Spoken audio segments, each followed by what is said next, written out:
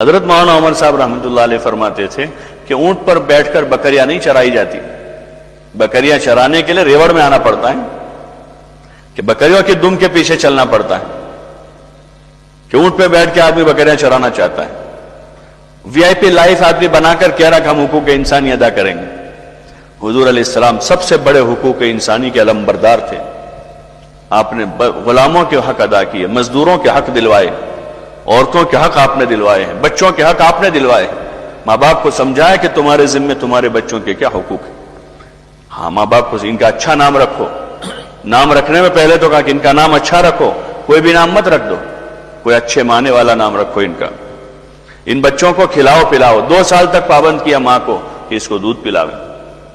حولین کاملین، کہ 2 سال، تاکہ صحت مند بچہ تیار ہو۔ اس لیے کہ بچے کے لیے ماں کے دودھ کے علاوہ دنیا میں کوئی خوراک نہیں جو اس کو قوت پہنچاوے۔ اس کو گولڈ کھلائیں گے تب بھی اس کو کوئی فائدہ نہیں ہوگا، اس کو جو فائدہ اس کی ماں کے دودھ سے ہوگا۔ اس کا حکم دیا کہ 2 سال اس کو دودھ پلاوے، اور باپ کے ذمہ کیا کہ دودھ پیتا ہے اس کا الگ سے اس کو نفقہ دے، تاکہ بچہ طاقتور پیدا ہو، توانا اور طاقتور نسل جنم لے، اور پھر جب وہ تھوڑا سا بولنا سیکھے تو اس کو اللہ کا نام سکھاویں۔